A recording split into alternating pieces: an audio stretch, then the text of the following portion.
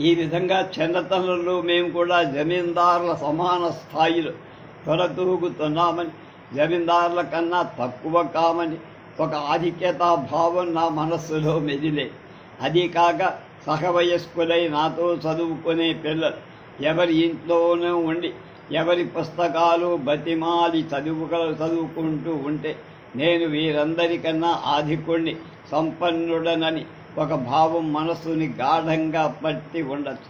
చిన్నతనపు ఈ భావం వల్ల తరువాత జీవితంలో ఇతరులతో కలివిడిగా ఉండలేకపోవడం, ఘనంగా ప్రత్యేకంగా ఉండాలనుకోవడం నాకు అలవాడు అయి ఉంటుంది.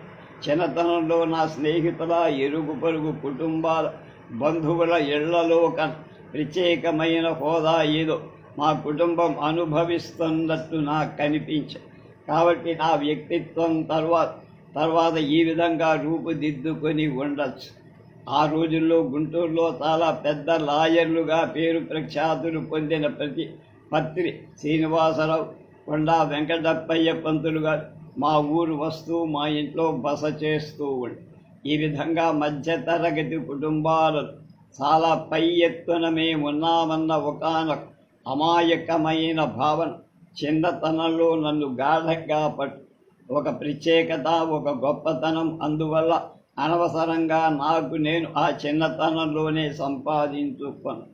ఆ తరువాత జీవితంలో అది నిలుపుకునే ప్రయత్నమే అవితతంగానూ ప్రయత్నపూర్వకంగానూ నన్ను విడిచిపెట్టాల. నా చిన్నతనంలో నటులందరూ మా ఇంటికి వచ్చి మా నాన్నగారితో స్నేహం పాటిస్తూ ఉండేవారు. అందులో ఇవటూరు వియ్యన్న గారు ముఖ్యుడు. తర్వాత కాలంలో అర్జునుడు మొదలైన పాత్రలు ధరించి మా ప్రాంతాల్లో చాలా ప్రసిద్ధులైన సోరగుడి దశరథి గారి మా వియ్యన్న గారు బావుగా. ఈ వియ్యన్న గారు మున్సిపల్ కచేరీలో అమీనాగా చిన్న ఉద్యోగమే చేస్తున్న మంచి వ్యవహార జ్ఞానం కల. ఇంటి ప్లాన్ గీయడం దగ్గర నుండి కట్టించడం నేర్పుగా చేశారు. మా ఇంటి ప్లాన్ కూడా వారే గీశారు. మా ఊళ్ళో మా నాన్నగారి పెద్ద వియ్యన్న పంతులు గారని, మా నాన్నగారి పెద్ద వియ్యన్న పంతులు గారని, ఇవటూరి వెన్నయ్య గారిని చిన్న వియ్యన్న పంతులు గారని వ్యవహరించారు.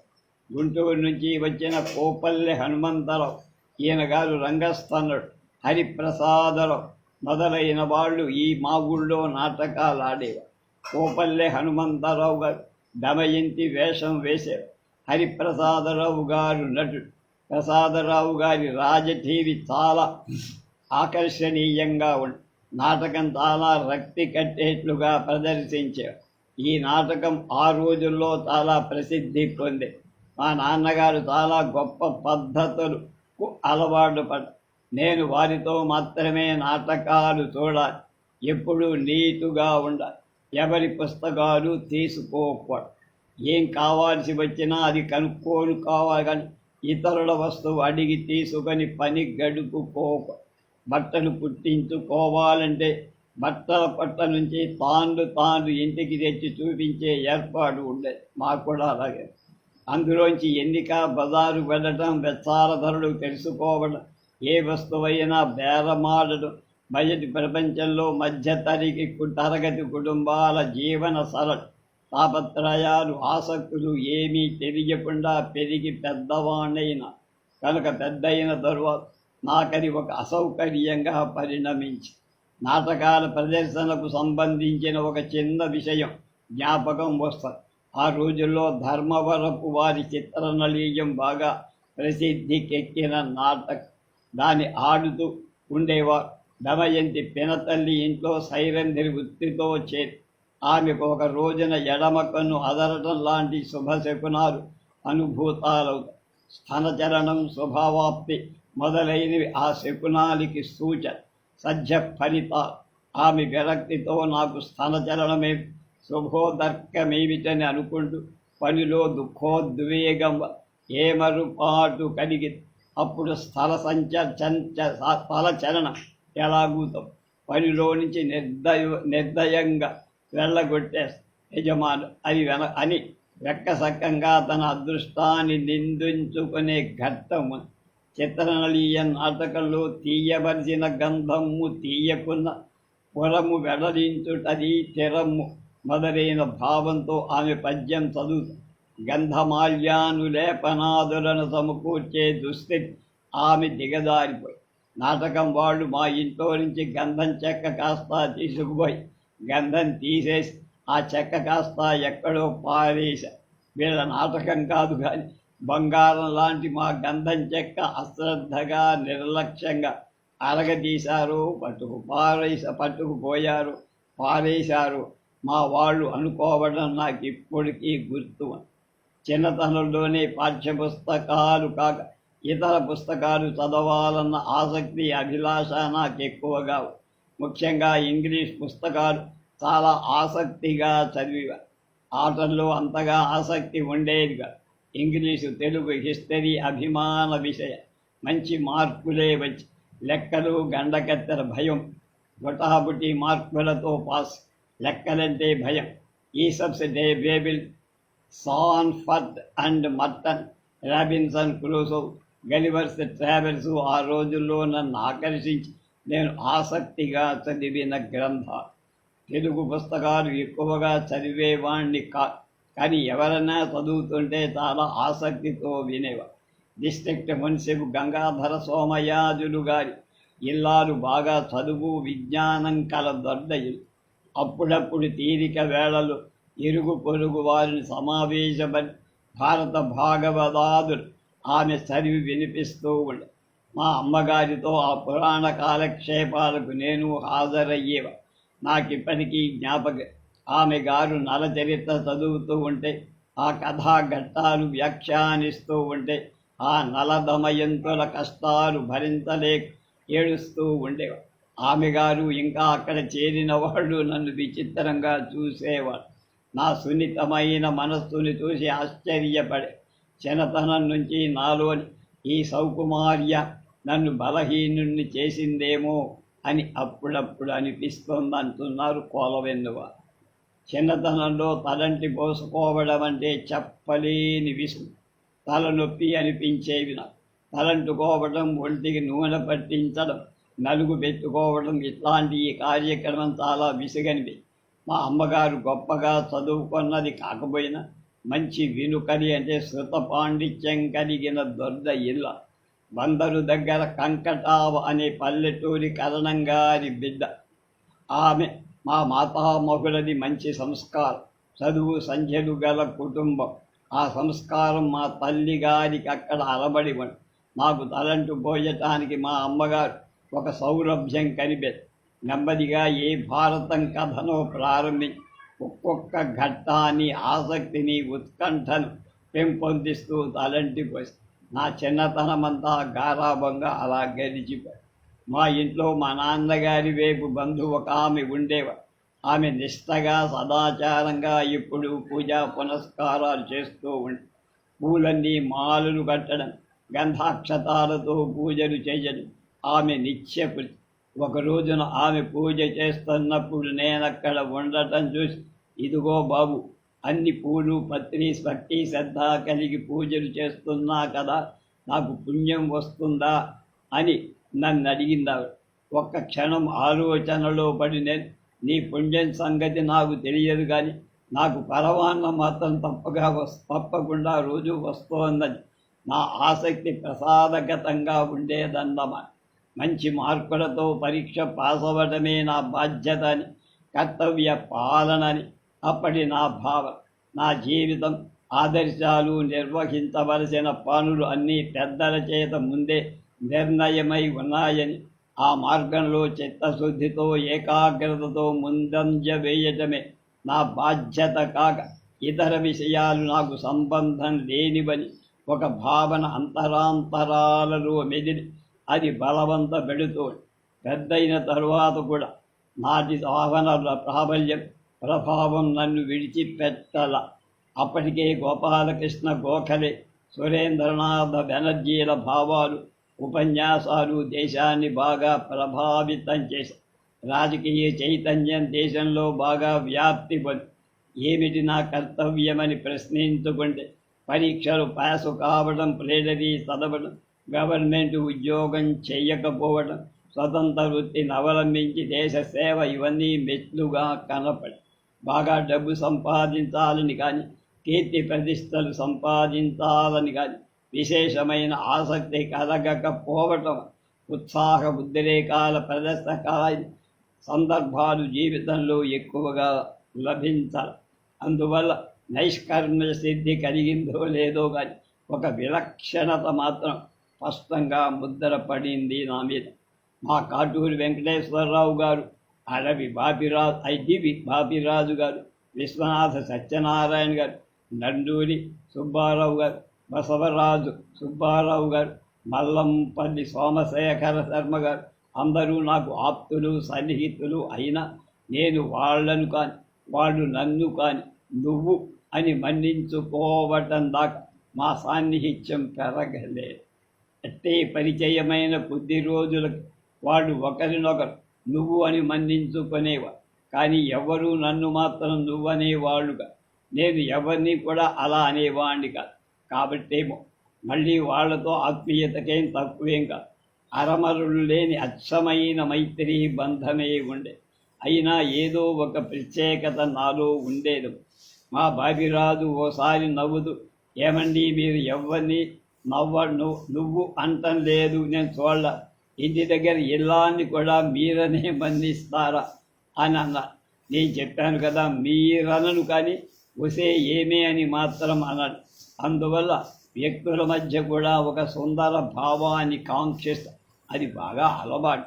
అందువల్ల జీవితంలో రాజీ పడే సందర్భాలు, కొంత మానసిక శ్రమ, అలసట, నిరుత్సాహం అనుభూతాలయ్యాయి.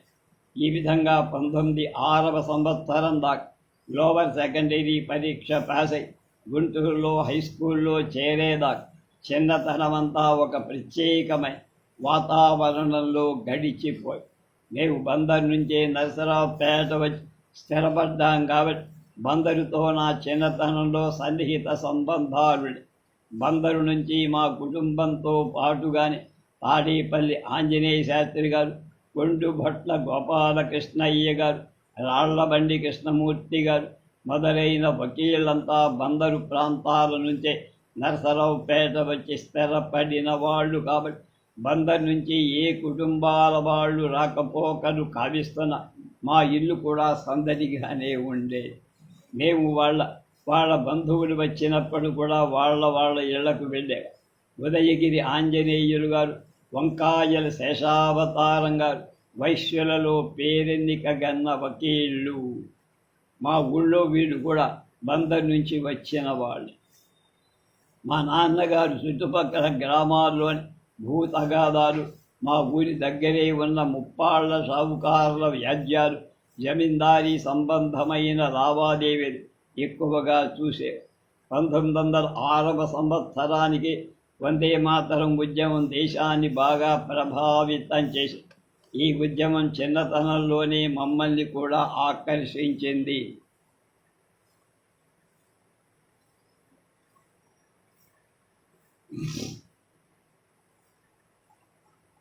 అంటే ఇవన్నీ నాకు 12 ఏళ్ల వయస్సు రాకముందే గడిచినటువంటి విశేషం. తర్వాత పై చదువుకు గుంటూరు చేరాను. 1906వ సంవత్సరంలో 4th ఫామ్ చేరాను. మా అమ్మగారు, నేను గంగావజ్జల హనుమయ్య గారనే ప్లేడర్ గారింట్లో ఉండేవి. అద్దెకు సెలవులకు గుంటూరు నుంచి నరసరావుపేట వస్తూ పోతూ ఉండేవి. ఆ రోజుల్లో ఆ ఇంటికి 5 రూపాయలు. అప్పుడు నరసరావుపేట రైల్లో పోవాలంటే టికెట్ ఖరీదు పావలా పైన 3 కాసులుండే. 3 ఏళ్ల గుంటూరులో హై స్కూల్ చదువుకే కాక బందర్లో ఇంటర్ చదివేటప్పుడు కూడా మా అమ్మ నాతో ఉండే. మా నాన్నగారు అప్పుడప్పుడు వచ్చి మమ్మల్ని చూసిపోయి. గుంటూరులో ఉన్న మొదటి 3 ఏళ్లలో మా కుటుంబానికి చాలా పెద్ద ఆపదలు వచ్చి పడి 1997వ సంవత్సరంలో మా రెండో అక్క చనిపోయి. అప్పటికి ఆమె వయస్సు 17 ఏళ్ళు. అప్పటికి మా అక్కయ్యకు 2 పిల్లలు కూడా. మా మేనత్త కొడుకే అయిన మా బావ తొర్లపాటి సుబ్బారావు మా ఊళ్ళోనే ప్లేడరి. తర్వాత కొద్ది కాలానికి మా అక్కయ్య పిల్లలిద్దరూ చనిపోయారు. 1908వ సంవత్సరంలో మా పెద్దక్కయ్య భర్తను పోగొట్టు మా అన్నయ్య 1904లో చనిపోయాక 6 నెలలు ఆయనకు ఒక కుమారుడు కలిగి ఆ పిల్లవాడి పేరు రాజగోపాల. బహు సూక్ష్మగ్రాహి, బుద్ధిమంతు, చాలా తెలివితేటలతో చదివే మా కళలన్నీ కళ్ళలు చేసి ఆశలన్నీ అడియాసలు చేసి బందర్లో ఫిఫ్త్ ఫారం చదువుతూ చనిపోయాడు. మా నాన్నగారికి అమ్మగారికి జీవితంలో ఇవన్నీ కష్టాలే, అన్నీ దుఃఖాలే.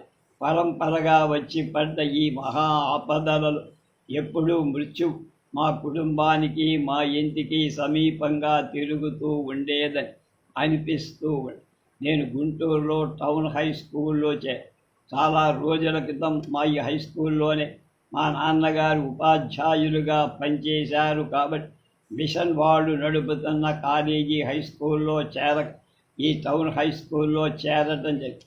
మా కుటుంబానికి సన్నిహిత పరిచితులే పత్రి శ్రీనివాసరావు గారి, కొండ వెంకటప్పయ్య పంతులు గారు అప్పుడప్పుడు కలుసుకుంటూ ఉండేవారు. అప్పట్లో మా హెడ్ మాస్టర్ కేకే కృష్ణయ్యర్ గారు హై స్కూల్ తరగతులకు ఆయన ఇంగ్లీష్ చెప్పేవారు. ఆ రోజుల్లో తెలుగుదేశమంతటా కూడా ఉపాధ్యాయులు తమిళులు ఎక్కువ మంది ఉండేవారు. విద్యార్థులలో విద్యా విషయమై ఉన్నతమై ప్రమాణాలు నెలకొల్పడానికి, వారిని సుశిక్షితులుగా తీర్చిదిద్దడానికి ఈ ఉపాధ్యాయులు చాలా అభినివేశం చూపారు. తర్వాత తమిళులంటే నాకు అత్యంత అభిమానం కలగడానికి విద్యార్థి దశలో వారు నాకు పడల కలిగిన పూజ్యభావం మెచ్చుకోలు ప్రాతిపదికలు కావు. చిన్నపట్నం చేరిన తర్వాత నాలో ఈ మెప్పు ఇంకా పెరిగి ఈ హై స్కూల్ తరగతులు నడింపల్లి నరసింహారావు, అన్నంరాజు సీతాపతిరావు, జూలీరి జయరాం పంతులు నాతో సహపాఠం. ఆ రోజుల్లోనే మిషన్ కాలేజీలో అక్కిరాజు ఉమాకాంతం గారు, దుగ్గిరాల గోపాలకృష్ణయ్య గారు, వెంజమూరి రంగాచార్యులుగా చదువుదేవారు. వీరందరితో నాకు పరిచయం ఏర్పడటం నా అదృష్టం. హై స్కూల్ తరగతులతో కూడా ఇంగ్లీషు, తెలుగు, హిస్టరీలే నా అభిమాన విషయం. లెక్కల విషయం చిన్న క్లాసుల్లో మాదిరిగానే ఉంది. ఆ రోజుల్లో బోధనా పరీక్ష వ్రాయడం అంతా ఇంగ్లీష్, అన్ని విషయాలు ఇంగ్లీషులోనే చదువుకోవడం, ప్రశ్నపత్రాలకు సమాధానాలు వ్రాయటం కూడా. సుప్రసిద్ధ విద్వాంసులైన కాశీ కృష్ణాచార్యుల వారు ఆ రోజుల్లో మా హై స్కూల్లోనే సంస్కృత పండితులుగా ఉండేవారు. మా తెలుగు పండితుడు శిష్లాన్ హనుమత్ శాస్త్రిగా, వీరు తెలుగులో మాకు చక్కని అభిరుచి కలిగి వినసొంపైన కంఠస్థలు చక్కగా పాఠాలు నేర్పారు. భారత రామాయణ పాఠ్యభాగాల్లో ఉండే నాకు భాగవతంలో ప్రహ్లాద చరిత, గజేంద్ర మోక్షం, రుక్మిణీ కళ్యాణం చాలా అభిమాన పాత్ర. చిరకమర్తి వారి నవలలు, వీరేశలింగం గారి ప్రహసనాలు, రాజశేఖర చరిత అప్పుడు నేను అభిమానంగా చదివిన గ్రంథం. అప్పుడప్పుడు హై స్కూల్ తరగతిలో వక్తృత్వ పోటీలు జరిగే. తెలుగులో, ఇంగ్లీషులో వక్తృత్వ పోటీలలో నేను పాల్గొనేవా. కొన్ని బహుమానాలు కూడా ఈ వక్తృత్వపు పోటీల సందర్భంగా గెలుచుకొని 17 మంచి మార్కులతో పాస్ అవుతూ బహుమానాలు పొందాం. ఒక సంవత్సరం రానడీ గారి ప్రైజ్ rise of Maratha power, Max Muller గారి life and teachings of Ramakrishna అనే గ్రంథాలు బహుమతిగా. ఈ గ్రంథాలను చాలా ఆసక్తితో చదివా, ఎంతగానో ఆకర్షించాయి అవి. అలాంటి పుస్తకాలు బహుమానాలుగా రావడం, వాటిని చదవడం ఒక దివ్య అనుభూతిగా ఉంది. హై స్కూల్ వార్షికోత్సవాలలో ఇంకా ఇతర సందర్భాలలో నాటకాలు, చిన్న చిన్న వేషాలు వేయడం, డైలాగ్స్ చెప్పడం చేసేవారు. నేను మెట్రికులేషన్ క్లాసులో చదువుతుండగా ఉత్తర సర్కార్ల విద్యార్థుల మహాసభ గుంటూరులో జరిగింది. ఈ సభకు పత్రి శ్రీనివాసరావు అధ్యక్షత వహించి ఈ సభల సందర్భంగా నిర్వహించిన వక్తృత్వ పోటీలో నేను పాల్గొన్నాను. ఇంగ్లీషు వక్తృత్వానికి నాకే మొదటి బహుమతి. ఇవాళ నగదుల ప్రాముఖ్యాన్ని గురించి మాట్లాడాను. ఆ రోజున ఆ బహుమానం పొందడం వల్ల నాలో ఒక ఉత్సాహం, ఆత్మవిశ్వాసం వెల్లివిరి. ఆ రోజుల్లో క్రికెట్ ఆడటం వల్ల కొంత ఆసక్తి చూపేవారు. ఉపాధ్యాయులతో చాలా చనువుగా మెసలేవాడు. గోపరాజు కృష్ణారావు నాకు ఆప్తమే, కలిసి వెలిసి ఉండేవాడు. కృష్ణారావు తరువాత పై చదువులకు ఇంగ్లండ్ వెళ్ళి గోల్ఫ్ ఆటగాడుగా విశేషమైన ప్రఖ్యాతి పొంది తిరిగి వచ్చే బొంబాయిలో అకాల మృత్యువు పాలై. నాకన్నా పై క్లాస్ చదువుతున్న మురుసుపల్లి కృష్ణారావు నా వల్ల విశేషమైన నెనరు చూపుతూ ఉండి నా చేత పుస్తకాలు చదివి వ్యాసాలు రాయి, ఆ వ్యాసాలు దిద్ది చాలా ప్రోత్సాహం కల్పించారు. అతడి దగ్గర నిషేధం పొందిన రాజకీయ కరపత్రాలు కూడా ఉండే, వాటిని రహస్యంగా చదివేవారు. సాయంకాలం రోజు బ్యాడ్మింటన్ లేదా కబుర్లు చెప్పుకుంటూ స్నేహితులు షికార్లు చేయటము చేసేవాడు. మురుసుపల్లి కృష్ణారావు కూడా ఇంగ్లాండ్ వెళ్ళి ఇంజనీర్ అయి మైసూరు రాష్ట్రంలో ఉద్యోగం చేసి సీరం సుబ్బారావు అని ఇంకో స్నేహితుడు ఆ రోజుల్లో ఫస్ట్ కంపెనీ వారి చిరకారి నాటకం ద్వారా ప్రసిద్ధుడయ్యారు. అప్పటికే రాజకీయమైన చైతన్యం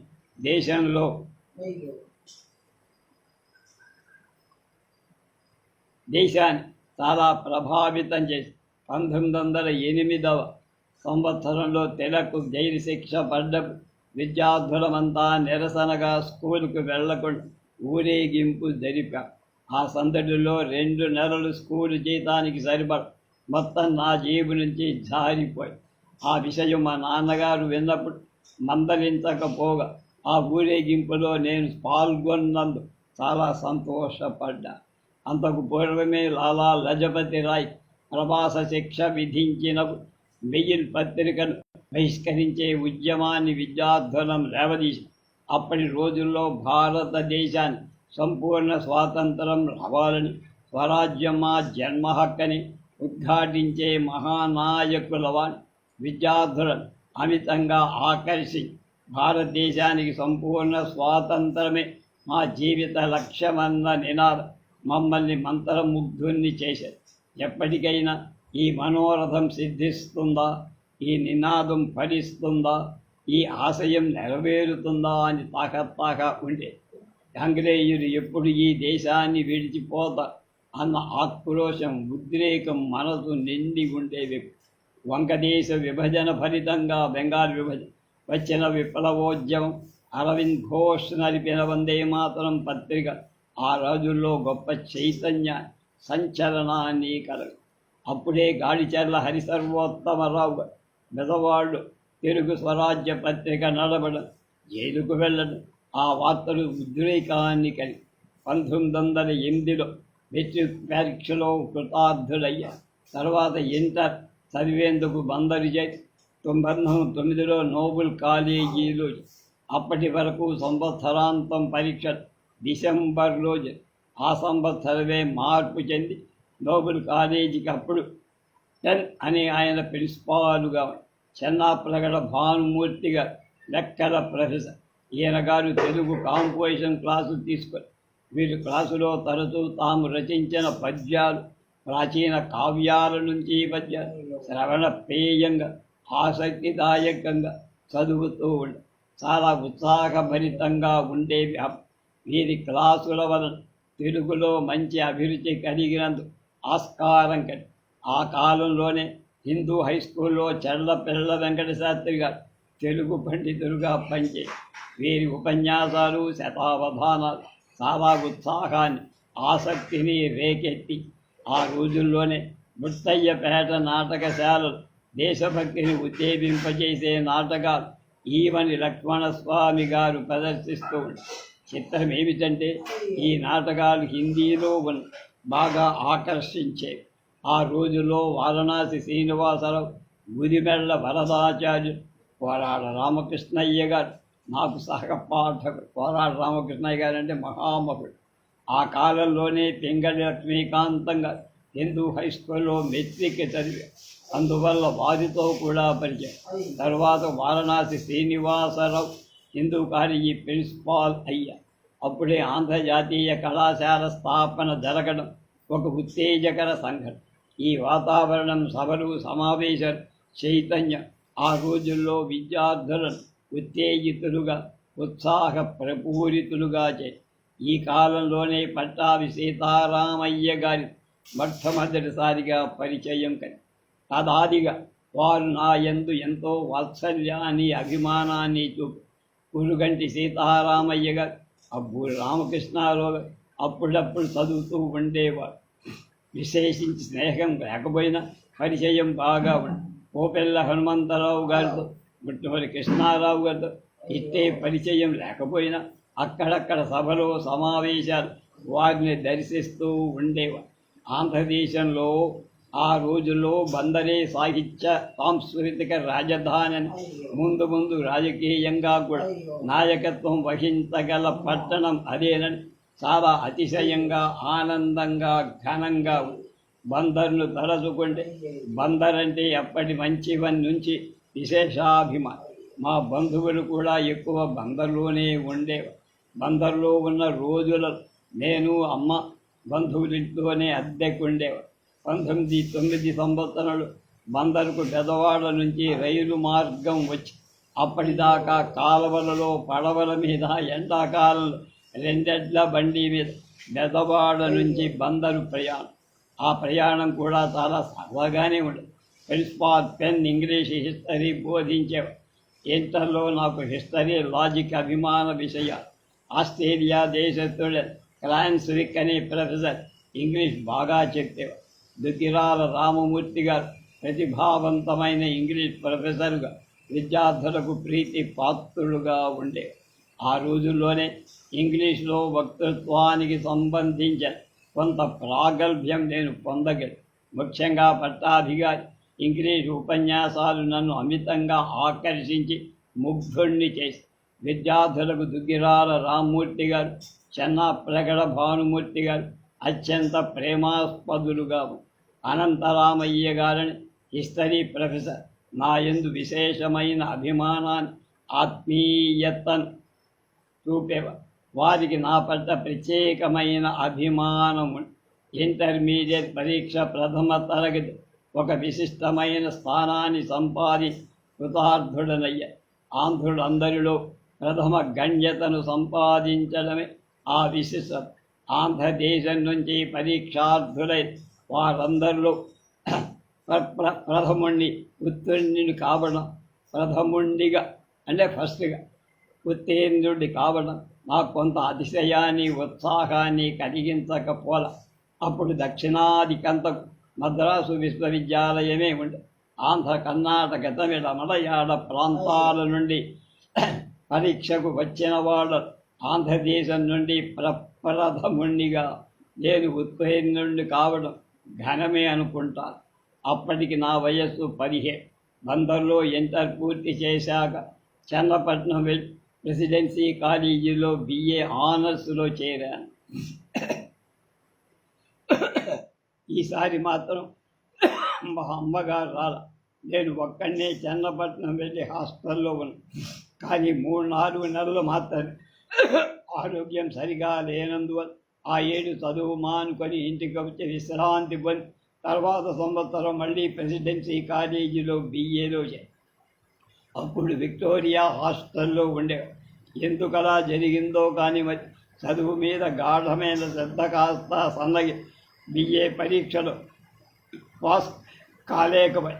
అది కాక ఏ హిస్టరీలో అయితే మంచి అభిరుచి ఉండేదో అందులోనే తప్ప మానసికంగా నన్ను బాగా పొంగదీసిందని చెప్పు. చాలా సిగ్గు కలిగి గొప్ప ఆశాభంగం. ఇంటికి తిరిగి వచ్చి మరుసటి సంవత్సరం బందరు వెళ్ళి BAలో చేసి తప్పిపోయిన భాగం పూర్తి చేసి మళ్ళీ మద్రాసు వచ్చి BAలో చేసి చదువు సంఖ్యల్లో స్నేహితులతో ఆత్మీయత భావం పెంపొందించుకున్న దాకా వెనకటి పరాజయ భారం వెన్నంటి మనసును బాధ పెట్టుకోలేదు. అయితే ఒక్కటి మాత్రం లేదు, నేను మద్రాసులో చదువుకున్న రోజు చాలా ఉత్సాహంగా సంతోషంగా గడిచిపోయాను. తారుణ్యం, ఉద్వేగం, ముగ్ధత్వం జీవితాన్ని ఆనంద ప్రపూర్ణం చేసి ఆ రోజుల్లో KS వెంకటరమణి నాకు ప్రాణ స్నేహితుడు. వీరిని నేను అన్నడూ మరిచిపోయాను. ఈయన ఇంగ్లీష్లో చాలా గొప్ప రచయితగా ప్రఖ్యాతులు చెందారు. పేరు తర్వాత వీరప్పుడు క్రిస్టియన్ కాలేజీలో చదువుతున్న మాతో పాటు విక్టోరియా హాస్టల్లో ఉండే. ఆ రోజుల్లోనే ఎన్ రఘునాథన్తో పరిచయ సన్నిహిత స్నేహం కలిగి వీరు తర్వాత హిందూ పత్రికలో సహాయ సంపాదకులు. ఈ నా స్నేహితులంటే నాకు చాలా ప్రేమాభిమానాలు, గౌరవ ఆదరాలు. అప్పుడు మా presidency college principal middle master English professor Mark Hunter, Macintosh, Samuel Ranganathan English అద్భుత బోధన చేశారు. హిస్టరీకి ఎలెన్ అనే ప్రొఫెసర్. ఇదంతా నేను బిఏ చదివే రోజుల సంగతి. వాళ్ళ బోధన కౌశలం కానీ పాండిత్య గరిమ కానీ అద్భుతంగా అడుగారు. అంత గొప్పగా వారు బోధించేవారు కాబట్టి సాహిత్య, చరిత్ర, సారస్వత విమర్శ మొదలైన విషయాలు గాఢశీలమైన అభిరుచి, అభినివేశం విద్యార్థుల్లో కలిగేది. చాలా గొప్ప స్థాయిలో నాది ఆచార్యులు బోధించారు. ఆ రోజుల్లో కేసు, షెల్లీ, వర్డ్స్వర్త్ మొదలైన కవీశ్వరుల సాహిత్య రీతులను ఆసక్తికరంగా అధ్యయనం చేసేవాడు విద్యార్థి. ఈ కారణం వల్లనే తెలుగు కవిత్వంలో నూతనోద్యమం అప్పుడే బయలుదేరి. ఎన్నే బసవరాజు అప్పారావు, అధికారుల సూర్యనారాయణ, తనికెళ్ల వీరభద్రుడు, తెన్నేటి విశ్వనాథం అప్పుడప్పుడు హాస్టల్లో ఉండేవారు. ఆంధ్రదేశపు నలుమూలలను ప్రతిభావంతులైన విద్యార్థులు మద్రాసులో విద్యను అభ్యసించిన వాళ్ళు ఆ రోజు. వెనక మా నరసరావుపేటలో డిస్ట్రిక్ట్ మున్సిపుగా పనిచేసిన నాది రామమూర్తి గారి కొడుకులు, నా బాల్య స్నేహితులైన జగన్నాథరావు, రామకృష్ణారావులతో మళ్ళీ నాకు మెడ్రాసులో సాన్నిహిత్యం. అప్పటికి వారు బరంపురం చేరి అక్కడ స్థిరపడ్డారు.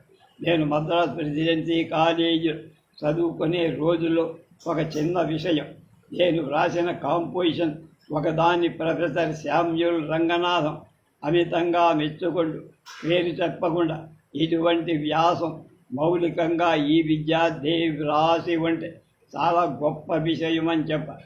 ఎక్కడ నుంచైనా సంగ్రహించి ఉంటే చెప్పలేం కాదు. స్వయంగా ఇలాంటి వ్యాసం వ్రాయగలిగి ఉంటే ఈ విద్యార్థి మెకాలీ, కార్లైన్ మొదలైన మహనీయుల శైలి ప్రాగల్భ్య రూపురేఖ దిద్దుకుంటున్నదని, వారి ప్రతిభ ఈ విద్యార్థిలో మొగ్గ తొడుగుతోందని చెప్పడానికి ఏమీ సందేహం అనిపించి క్లాసులో ఇప్పటికీ నేను ఇంగ్లీషులో ఉపన్యసించడంలో, వ్రాయటంలో కొంత ప్రతిజ్ఞ సంపాదించాను అని చెప్పడమే ఈ పై సంఘటన గుర్తు చేసుకోవడంలో పరమ ఉద్దేశం.